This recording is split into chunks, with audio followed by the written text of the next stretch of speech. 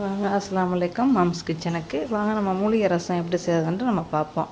ஓமவல்லி இலை வந்து 5, கற்பூரவல்லி இலை, புதினா கொஞ்சம் ஒரு 10 இலை, முடக்கத்தான் இலை ஒரு 10, வெத்தலை சின்ன வெத்தலை நல்லா 2 எடுத்துருக்கிறேன், நீங்கள் 1 எடுங்க.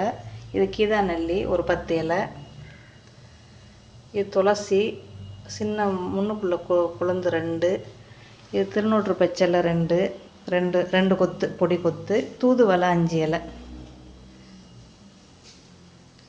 அப்புறம் நம்ம வந்து ஜீரகம் 1 ஸ்பூனு, ஜீரகம் வச்சுக்கிறோங்கம்மா. வெங்காயம் பூண்டு வச்சு தட்டிக்கிறோங்க. சின்ன மிளகா 2, பட்டை மிளகா, புளி, நல்லெண்ணெய் தாளிக்க.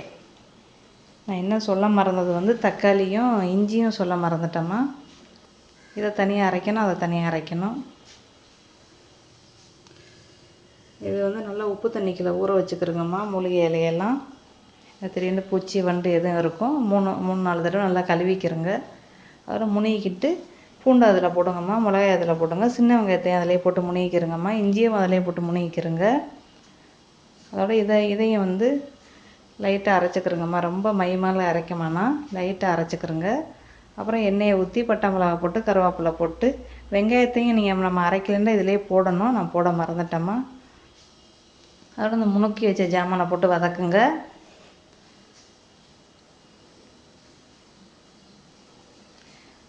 நம்ம இஞ்சி வெங்காயத்தையும் நம்ம இந்த இதில் நம்ம போடணும் நச்சு.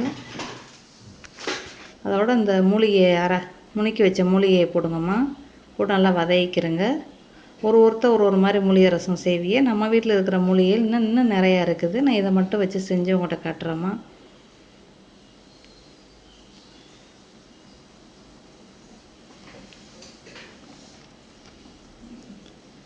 இது வந்து நம்ம சளிக்கு நல்லது, உடம்பு சுறுசுறுப்புக்கு நல்லது. நல்லா உடம்புக்கு முடியாதவங்க, காய்ச்சல் இதாக இருப்பாங்க, ரொம்ப அவளுக்கு ஒரு மாதிரியாக இருக்கும் தொண்டையெல்லாம், அவளுக்கு இதெல்லாம் குடித்தா நல்லது. செமிமான சக்திக்கு நல்லது. செமிமானம் இல்லாதவங்க இதை போட்டு குடிக்கலாம். வடிகட்டி குடிங்கம்மா.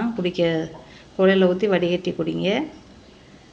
நான் இந்த ரசத்தை இறக்க கொதிக்க வைப்பேம்மா. ஒரு கொதி வரணும்மா. வந்த பிறகு தான் நான் அடைப்பேன். இன்னும் சில பேருக்கு பச்சைகள் ஒத்துக்கிறோம் மூலிகை, சில பேருக்கு சில இதுகள் ஒத்துக்கிறாது. அதனால் வடிகட்டுவேன். ஒரு இஞ்சியும் தக்காளி பாதி, இஞ்சியை நச்சு போடுங்கம்மா. அதை அப்போதையே போட்டிருக்கணும், மறந்தாச்சு.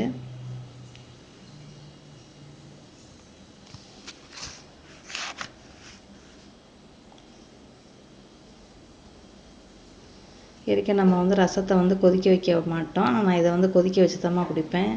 எனக்கு அப்போ தாம்மா சரியாக வரும். 2 பங்கு தண்ணிம்மா. நீங்கள் 3 பங்கு தண்ணி ஊற்றுங்கம்மா. தக்காளியை புளிஞ்சு போடுங்க.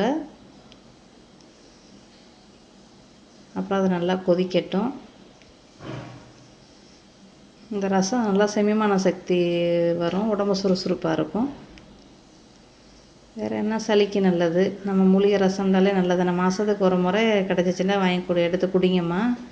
எங்கே கிடைக்குதோ பிடிங்க, எடுத்துக்கிட்டு போயிருங்க. போய் வீட்டில் வச்சு டப்பாவில் போட்டு ஐஸ்பெட்டில் வச்சுட்டிங்கன்னா அது பாட்டுக்கு இருக்கும். இல்லைன்னா இதோட தூள்கள் கூட ஊருக்கு போனீங்கன்னா இருக்குமா, வாங்கிட்டு வந்து செய்யுங்க. ஊரில் உள்ளவங்களுக்கு இதெல்லாம் ரொம்ப ஈஸியாக கிடைக்கும். அதோட கொதிச்சிருச்சு, உப்பு போடுங்கம்மா. உப்பு போட்டு அடைச்சிருங்கம்மா.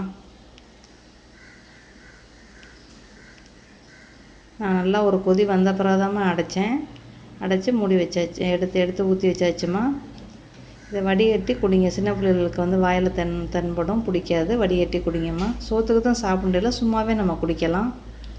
இது ரொம்ப நல்லாயிருக்கும் மூலிகை ரசம். குடித்து பார்த்துட்டு எப்படி இருக்குன்னு சொல்லுங்கம்மா.